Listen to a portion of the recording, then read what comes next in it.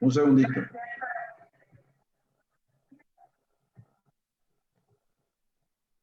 Un segundito. Ahora sí, ahora. Ahora podemos comenzar.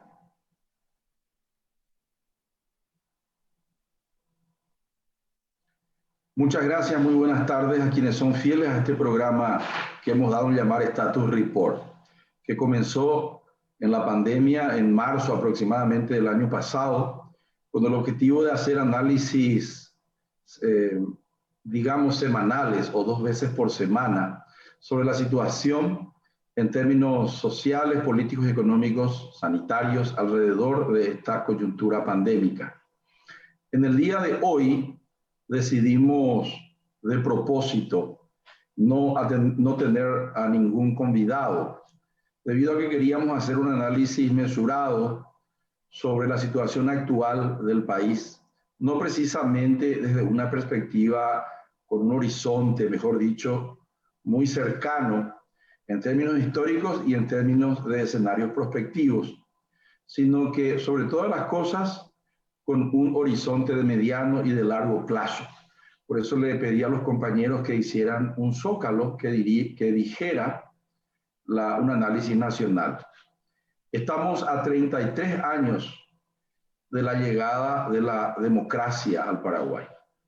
Y decía yo en un artículo el lunes, ayer, 5 de julio del 2021, tengo acá el diario, que el Paraguay es un país indiferente en términos de una curva de indiferencia que los paraguayos percibimos con relación a las ofertas políticas que hoy tenemos después de la democracia y antes de la democracia, para analizar el valor creado en términos de bienes públicos por las dos principales propuestas políticas que tiene el Paraguay, la ANR y el PLRA. El análisis que hago es el siguiente. La forma de producir y de vivir en el Paraguay tiene más de 100 años, más de 100 años. La primera vez que se llega a tener una elección con más de un candidato, poco menos de 100 años, con más de un candidato, es en 1928. Pero si nosotros analizamos qué justifica el poder desde un Estado, en 5 perspectivas, el utilitarismo de Jeremías Bentán, que dice que el poder está justificado en tanto y en cuanto que se puedan satisfacer las necesidades de la población, que haya satisfacción, que haya nutrición, salud, educación, desde el Estado para la mayoría de la población. Por ende, en ese caso está justificado el poder en el Estado.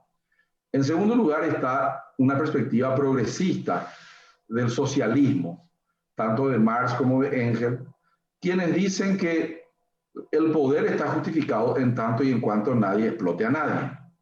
En tercer lugar está la justificación o la legitimación del poder en el Estado. Estamos analizando con 30 años de democracia en el Paraguay. En tanto y en cuanto ese poder está justificado en tanto y en cuanto que hay un consenso alrededor de ceder soberanía y de ceder poder a quienes administran desde el gobierno un Estado. El contractualismo social del Lord Montesquieu, Rousseau, etc. En Paraguay y en muchas partes del mundo también está el anti-iluminismo como justificación o legitimación del poder en el Estado. Eso quiere decir, como decía Burke, que ni la Revolución Francesa quería que aconteciera, que no haya ni libertad, ni igualdad, ni fraternidad. Nosotros tenemos las tradiciones del Mariscal López, las tradiciones de Don Carlos, la tradición de Bernardino Caballero, la tradición del PEA y la tradición de la MOA. Dios le puso a este, Dios le mandó a aquel, como alguien aquí en Asunción que dijo que era el elegido de Dios, el hijo de Israel. Bueno, estas son justificaciones o legitimaciones anti-iluministas, anticientíficas, son mitos, son leyendas que escapan a lo racional. Y por último, no menos importante, en quinto lugar, está también la legitimación del poder en un Estado a partir de lo que yo diría la democracia. Mandan los que ganan las elecciones, la mayoría, en consecuencia, si ganare una elección, está justificado o legitimado el poder de alguien que fue puesto allí por una mayoría, que como en Paraguay no hay balotaje, no siempre es una mayoría absoluta, sino que es una mayoría relativa. Nunca es por encima del 51%. Es por eso que a veces podemos ver de que minorías gobiernan en el Paraguay desde 1989 aproximadamente. Creo que una sola vez la ANR y justificadamente superó el 50% o el 51% en una elección y a partir de allí, ya no recuerdo quién fue, un presidente ejerció el mandato desde el poder ejecutivo. Pues bien, entonces nosotros podemos ver que esas 5 vertientes ya se han dado en Paraguay. Tengo aquí un análisis que hice, una línea del tiempo. Digo yo que aproximadamente desde 1840 hasta 1870, el antiiluminismo o un gobierno dinástico de herencias, ¿no? Entonces don Carlos le hereda a Francia y a don Carlos le hereda a su hijo hasta 1870, la guerra que termina, y a partir de allí el antiiluminismo legitima el poder en el Paraguay. La herencia, el caudillismo, bla, bla, bla. Desde 1870 hasta 1904, en un caos de gobiernos que podríamos decir sometidos o al Brasil o a la Argentina, no entendemos muy bien lo que pasa, por lo menos yo no entiendo muy bien lo que pasa, pero sí sé que viene una hegemonía política y económica liberal desde 1904 hasta 1936. Eso supone el utilitarismo de Jeremías Bentham, el librecambismo de Adam Smith, el estado mínimo de los clásicos y de los neoclásicos en algunos casos, se instala en el Paraguay desde 1904 hasta 1936. Y en 1936 se instala una especie de nacional socialismo, podríamos llamar así, un poco jodido, hasta 1947, pero hubo una mejor redistribución aparentemente de la riqueza a partir de 1936, pero se instala un régimen autoritario y por primera vez los militares toman el poder en el Paraguay y no sueltan más hasta 1989 aproximadamente.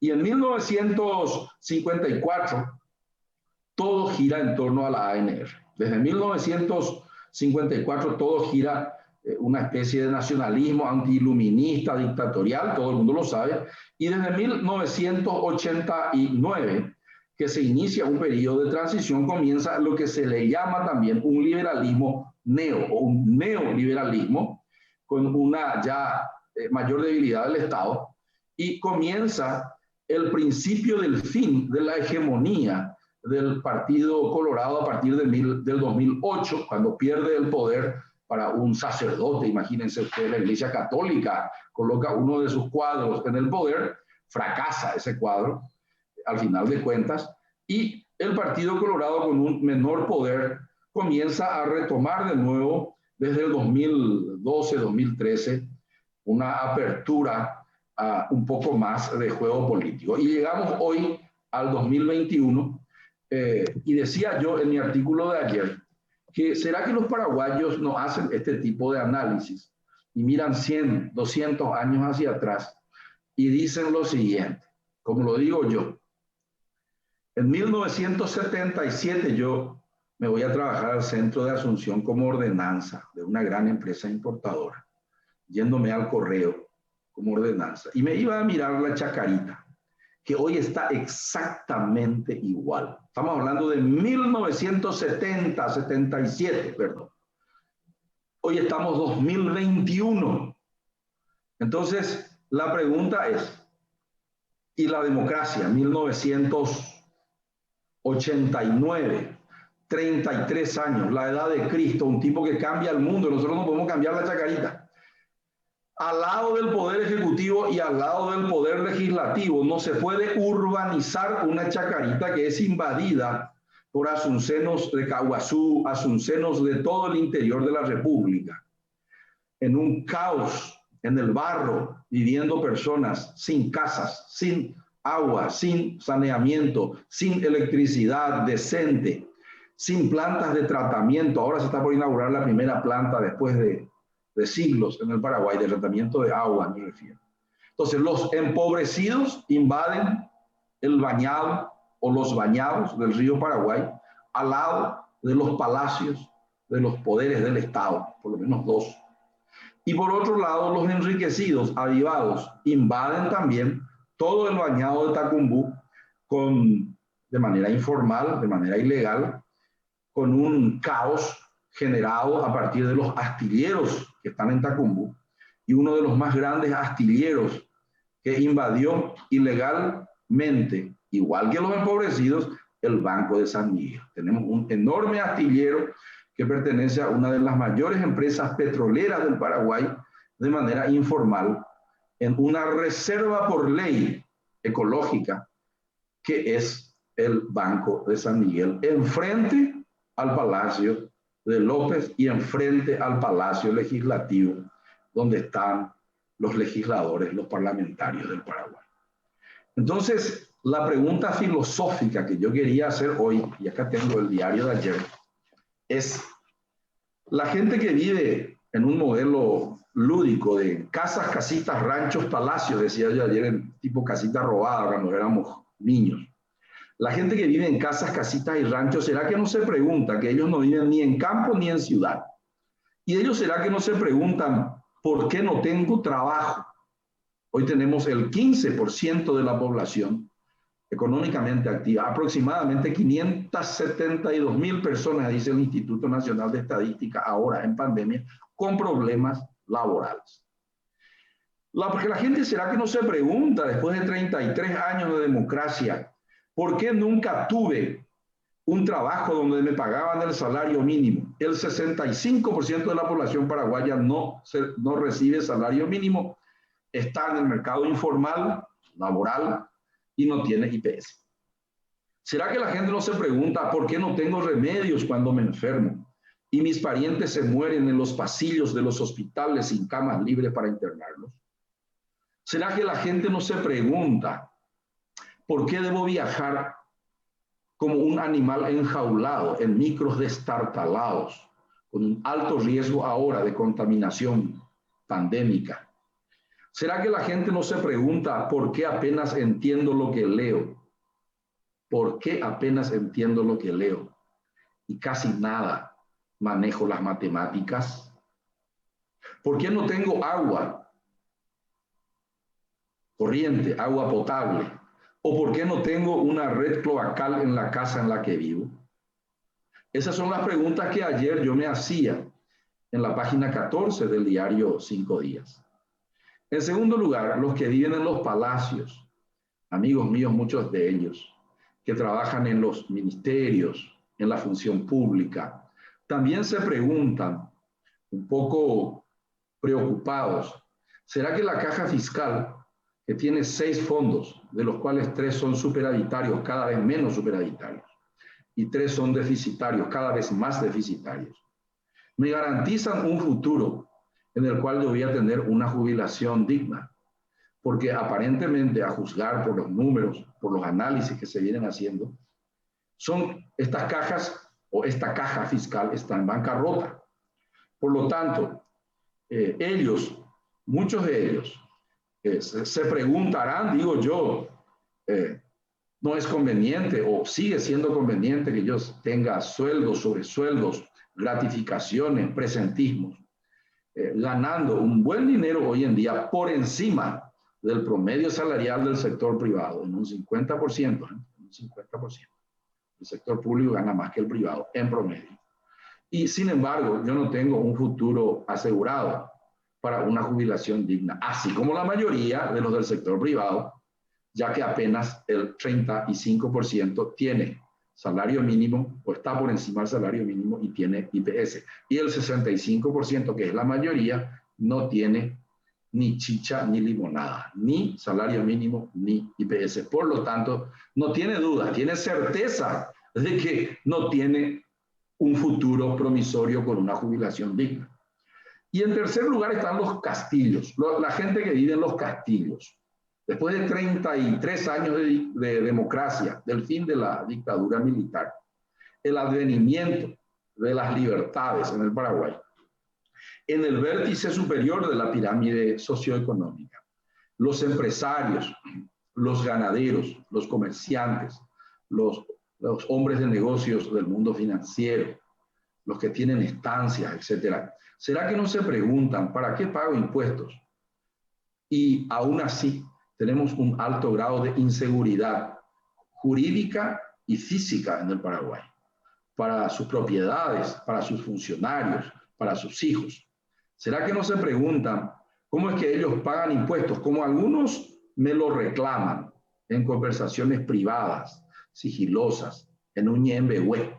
Me dicen, ¿sabes qué, Víctor? Me dicen, yo pago mis impuestos, pero además de eso, tengo que colaborar con todas las campañas presidenciales, todas las campañas legislativas, todas las campañas municipales, todas las campañas para gobernador. Y me sacan dinero cuando me voy a la estancia, desde que salgo, desde el comisario de la esquina de mi casa hasta el comisario del distrito en donde está asentada mi estancia. Nosotros en realidad pagamos mucho. Y claro, tener plata cuesta plata. Pero si no pagamos en impuestos, igual nomás, como decimos los paraguayos, igual nomás, si no pagas por derecha, te lo van a sacar por izquierda. Porque la principal actividad económica del Paraguay, desde la perspectiva del sector público, es la protección política. La que más ingresos genera a la clase política es hacer leyes, hacer normas, hacer un marco jurídico para después vender al sector privado el incumplimiento de dicho marco. De allí vienen sus ingresos. Muchos en la clase política se dedican a generar normas para después vender la violación de dichas normas al sector privado, que lo paga gustoso, dice barato, barato en Paraguay, 9,9% de presión tributaria, pero al final de cuentas lo barato sale caro. Que digan los padres de este joven que acaba de ser asesinado por el terrorismo, que digan aquellos que han sido secuestrados, que digan aquellos que han perdido a sus familiares por no tener una infraestructura sanitaria que sea ideal, que sea apta, con capacidad para esta pandemia que nos está azotando. Ya tenemos más de 12.000 muertos. Estamos casi en la mitad de los muertos en 3 años en la guerra del Chaco. 30.000 muertos dicen que. Y hoy tenemos 12.000 en un año y piquito. Y probablemente si así va esta evolución, podemos tener 20, 25.000 o 30.000 muertos en 2 años. 2 años. Podría ser un escenario.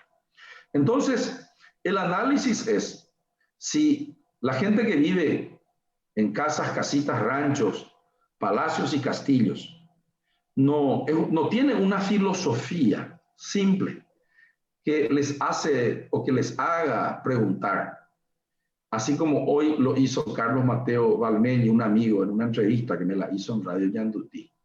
Cuando yo le dije, ¿sabes, Carlos, que volví de Estados Unidos? Voy a mostrar el libro.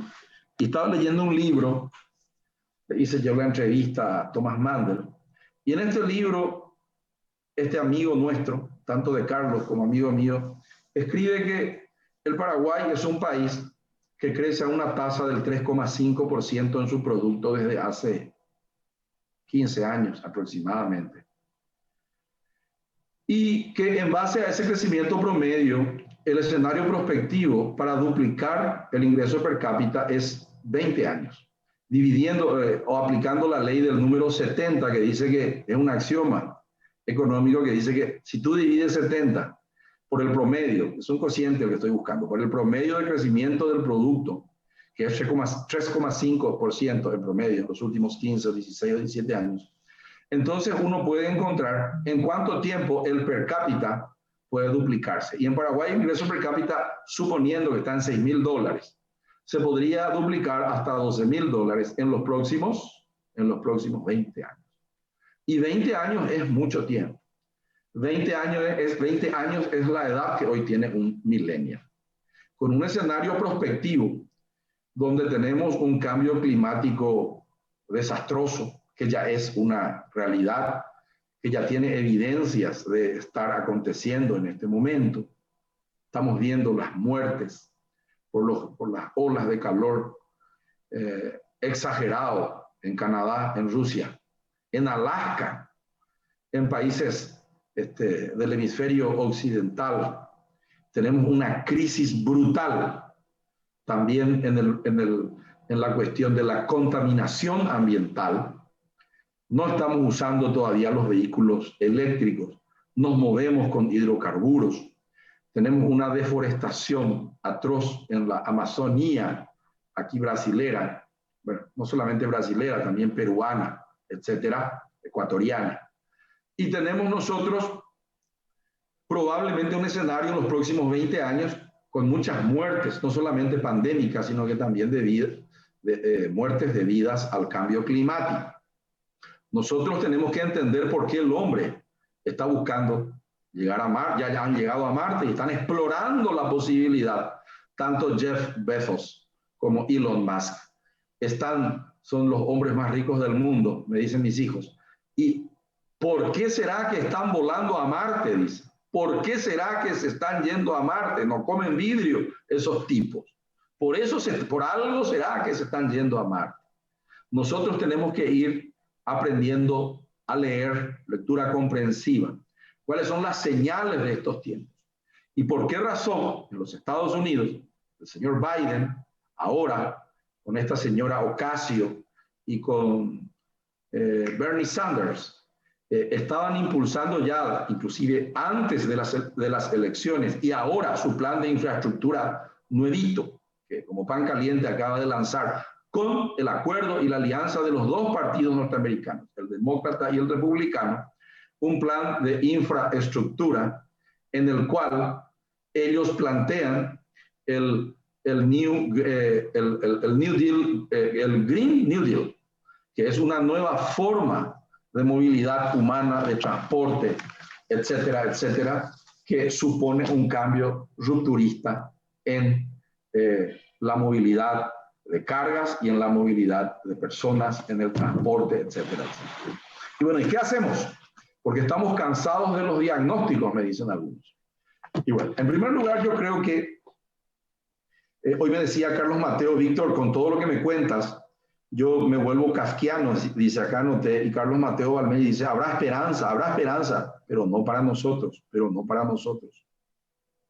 Bueno, yo quiero plantear que, bueno, tenemos que buscar aún así un futuro espectacular, un futuro diferente, rupturista, a partir del 2023 quizá para el Paraguay. Para lo cual, la única manera es que el grupo político que pueda construir puentes y buscar una base común para llegar al poder y desde allí transformar y responder a las necesidades que estoy planteando, tendría que tener algunas características que supongan cortarse la propia carne, en primer lugar, y en segundo lugar, arriesgar la propia piel. En los programas de gobierno, mucho papo furado, como dicen los brasileros, o mucho ñereí, tal cual decimos los paraguayos, que se vienen, deberían ser reemplazados por modelos muy objetivos y muy concretos. Estaba yo anotando que es importante buscar un grupo en el futuro en el cual se pueda apostar y no confiar. Getámaro confía. Mucho se ha confiado y como yo decía, tanto la ANR como el PLRA, partidos sin los cuales no se va a poder hacer el cambio. ANR nunca más, por ejemplo, o PLRA es igual, etcétera, son etiquetas. Acá hay que hablar en serio. Estos dos partidos son fundamentales para el cambio transformacional en el Paraguay. Dice Robert Nozick, un filósofo norteamericano, que la libertad trastorna los patrones o los padrones serían comportamentales, sociocomportamentales. En Paraguay tenemos 33 años de libertad, comillas, pero no se ha trastornado nada. Desde hace más de 100 años seguimos igual.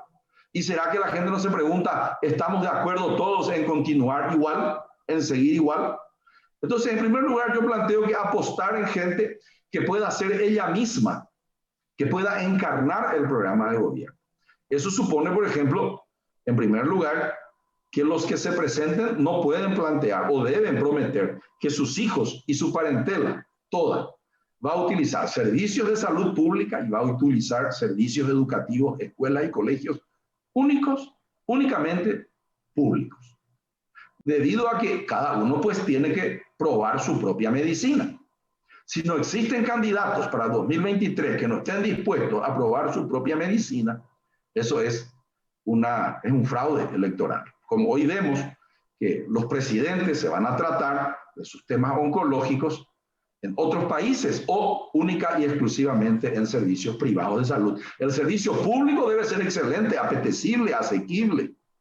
En segundo lugar, todo impuesto adicional al que encuentre el futuro presidente de la República debe ir a un fideicomiso de propósito específico para obras públicas conforme a un banco de proyectos que debe estar preestablecido, conforme a un presupuesto plurianual de carencias georreferenciadas en agua y saneamiento, escuelas, hospitales, déficit habitacional, energía, distribución de energía, un déficit brutal ahí en el Paraguay. Entonces, energía, habitación, escuelas, hospitales, agua y saneamiento. Se tiene que tener todo preparado, un presupuesto georreferenciado de varios años, multidimensional. Georreferenciado quiere decir que si yo sé cuánto es la mortalidad infantil en Uirarobana versus cuánto es la mortalidad infantil en Asunción o en Cacupé o en Ciudad del Este, ese gap, esa diferencia entre Uirarobana, etcétera, y un promedio, un estándar, una meta que querramos, ese gap, ese missing link, como dicen los americanos, debe ser cubierto con inversiones georreferenciadas a Uirarobana para que Uirarobana tenga la cantidad suficiente de lechos hospitalarios y de unidades de cuidados intensivos pediátricos suficientes para que la mortalidad infantil allá disminuya a los niveles del estándar establecido que tiene todo el país. Regla de tres simple. Si en Asunción hay 10 por cada 1000 y en Uirarobana hay 5, entonces 5 unidades neonatales hay que invertir en Uirarobana. Esa es la única manera que yo veo para poder salir del papo furado, del ñereí, en el cual estamos desde hace mucho tiempo. Y estoy terminando. Tampoco debemos permitir que los próximos gobernantes puedan incrementar su patrimonio. Aquí anoté. Eso supone que en los 5 años ellos tienen que cortarse la propia piel, la propia carne, perdón, y no permitir, ellos mismos deben mostrar transparentemente a la ciudadanía que ellos no están incrementando su patrimonio. El presupuesto plurianual, el no incremento patrimonial, el fideicomiso, única y exclusivamente para obras de inversión, conforme a un presupuesto georreferenciado preestablecido, son las salidas para un Paraguay diferente, de manera a no continuar, como escribía yo en este artículo que salió ayer en 5 días, un Paraguay indiferente. No puede ser que venga Carlos Mateo Valmeli hoy a decirme, Víctor, así como me contás, que dentro de 20 años recién vamos a duplicar el ingreso per cápita. No puede ser que tengamos que decir como Kafka, habrá esperanza, pero no para nosotros. Yo creo en un futuro grandioso, por encima del 100%, con un cambio rupturista vertical de 0 a 1. Lo que no existe debe comenzar a existir. Muchísimas gracias y muy buenas tardes. Hasta el próximo jueves, Status Report.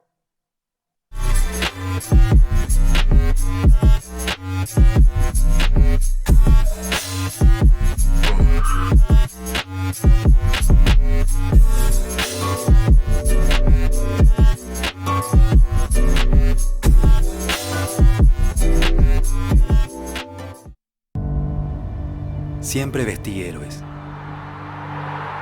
Y hoy más que nunca, héroes que no ves en la tele.